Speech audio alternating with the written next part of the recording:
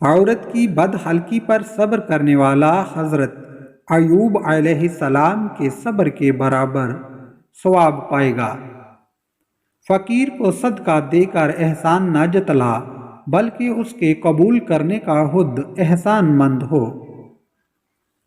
راہ دور ہونے کی وجہ سے دعوت رد نہ کرو۔ دعوت قبول کرنے میں امیر و غریب کا فرق مت کرو۔ عالم دین پر لازم ہے کہ ظاہر میں تو لوگوں سے ملا رہے، مگر دل سے ان سے بالکل الگ رہے۔ توبہ میں تاخیر کرنا سخت نقصان دہ ہوتا ہے۔ صرف ندامت کو توبہ نہیں کہا جا سکتا، کیونکہ گناہوں پر پشیمانی بندہ کے اختیار و قدرت میں نہیں۔ اے عبادت کے طالب، تجھ پر عبادت میں مشغول ہونے سے پہلے اپنے گناہوں سے توبہ کرنا لازم ہے۔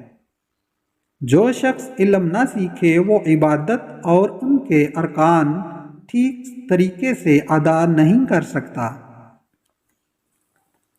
جس شخص پر اللہ کا خاص احسان ہوتا ہے اسے ہی دین کا معلم بننے کا شرف عطا ہوتا ہے۔ عبادت کی دیوار علم پر ہی قائم ہوتی ہے۔ صحت بدن کے لیے باعث سعادت ہے اور مرض بدن کے لیے باعث ہلاکت۔ اللہ تعالیٰ کی ذات سے بے خبر رہنا زہر قاتل ہے۔ دلائل کے ذریعے جو یقین حاصل ہو اسے علم کہا جاتا ہے۔